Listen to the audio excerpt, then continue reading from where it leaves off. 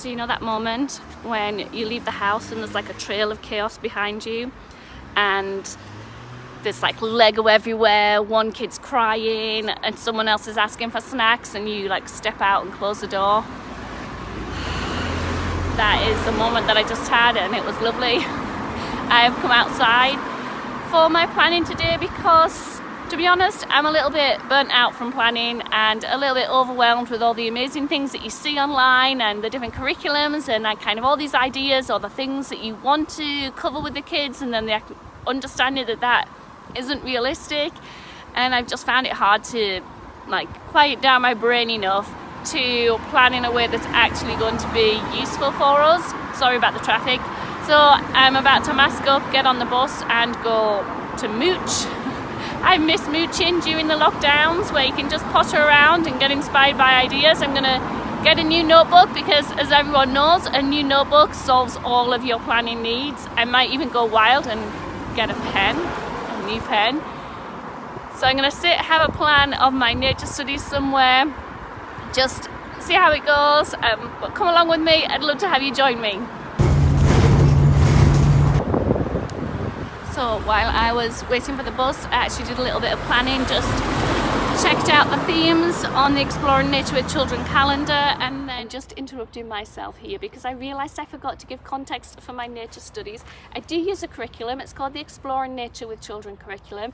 It takes you through a yearly cycle that you can repeat each year and dive deeper each time, taking a seasonal theme each week so that you can get stuck into that with your children. It does give you lots of ideas, so I like to add in some extra things as well because we've been doing it for a few years now, and Twinkl has also officially partnered with the curriculum to provide extra resources to complement it if you want to expand it into a bit more of a unit study. That's the kind of approach that we're taking a little bit. And I have also got multiple ages, so sometimes I need to pull in some different things from different places to get the ideas along. So start there if you are wanting some specific advice and some specific activities or books. It also has a poem and a piece of art each week, but I didn't want to share that in here because you need to get the curriculum to see those. But I'll put a link below so that you can see it and you can check it out yourself if you aren't already using it. But anyway, let's get back to my planning. And then had a quick look on Twinkl just to see if anything popped out at me, and one book in particular that my youngest kid I think would appreciate, the Little Acorns ebook. I think we'll do something based around there. One thing I'm struggling with is when to do nature studies and how to fit it in, because we kind of do it throughout the week in like bits and bobs, but we really need to start doing it again. We used to do a more focused session, and I think we need to do that a little bit more, just especially for my youngest too, because they haven't experienced that. Sorry about all the city noises. But anyway, new notebook, priorities, and then I'll do a little bit more planning. So apparently not everyone gets woken up at 4:30 with their kids each morning. I've arrived far too early. It's really, really quiet, which is great, but it also means all the shops are closed. I did eventually get my notebook and pens, but then by that time it was time to come home. So I sat outside with my cuppa, tried to think of some ideas. I was actually really struggling to get ideas down, so I'm flipping through the book to try and get some ideas and some inspiration, and then I had another distraction come along, and so I didn't actually get much done, but I did find that it was a great chance to just get down a bunch of ideas, to research different books that I could use each week, look at different crafts on Pinterest. So I used this time to just intermittently jot down my ideas, search things on my phone to try and find what we could be doing for nature studies that week. And I actually found that when it came down to sit down later in the day to type things up, I was able to plan 5 weeks worth of nature studies in a very short time, so that it did make it useful to just sit and get all my ideas together.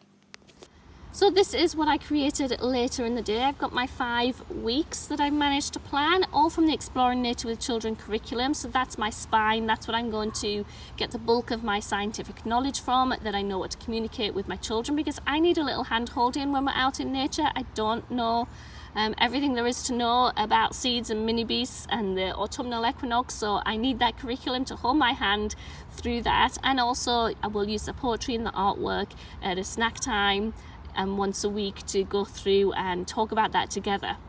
So these are the extra things I've added in, and I would say that this is my ideal. So this is if everything slots into place, this is what happens. If it doesn't, that's totally fine. If something takes 2 weeks, it takes 2 weeks. If something just doesn't happen at all, then I'll store it away for next year. But I find it's much easier to, hopefully in a guilt-free way, to have my ideal set, and then I can easily subtract things from it. Or I found it really helpful when I'm wanting to do lots of planning in one go.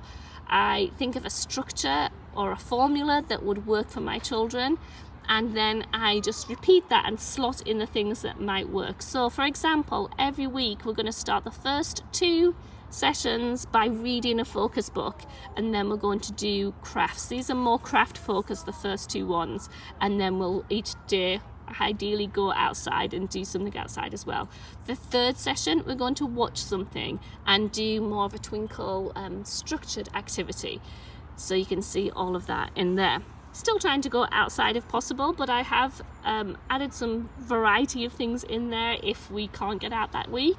And then the last day I've chosen a Twinkl ebook to use, and these are more fictional, and this is to help my younger children who would be my daughter would be reception age, so I wanted to make sure that she was getting some books that were focused for her age, and we're going to do a game linked to that. So this is kind of going to be a link bridging our nature studies into some of our literacy work as well.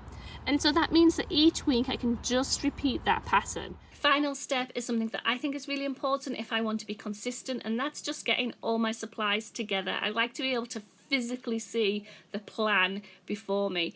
I'm not going to go out and buy fancy baskets, so we're just using the bags that we got for our delivery that day. And for seed week, I'm going to pop the book in there. We've got our mosaics that I'm going to make with seeds with the children.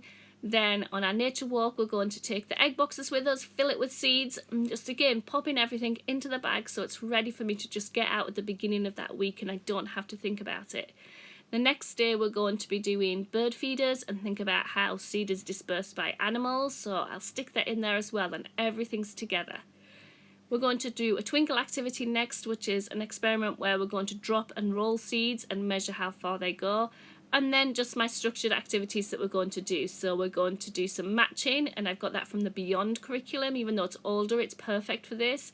And then we're going to use the Little Acorns book on the final day and do a quick game to go alongside it. So all of that's in there. I've written on the bag pine cones because that's the one thing that I didn't have that I needed, and it means that I can just put it all away in a box under a desk, try and get as many of the weeks done as possible, and just pull out that bag at the beginning of the week, and then the job is done.